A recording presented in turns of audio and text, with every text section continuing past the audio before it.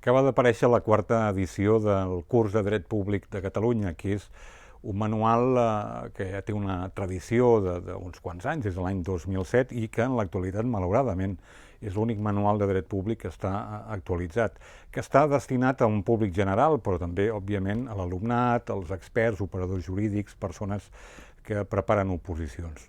Aquest és un manual que s'amplia en aquesta edició, bàsicament en dos aspectes. En l'aspecte de les institucions de la Generalitat i molt concretament pel que fa al Parlament, sobretot pels estudis de dret electoral i parlamentari, i en segon lloc s'adreça també a la gent que tracta amb les qüestions de les competències, perquè hi ha hagut en aquests últims anys una baixada considerable de l'expertise o del coneixement del tema competencial. Per tant, s'amplia en gairebé 200 pàgines més en relació a l'edició anterior, concretament en relació a aquests dos punts, i evidentment els recomano a tots i a totes.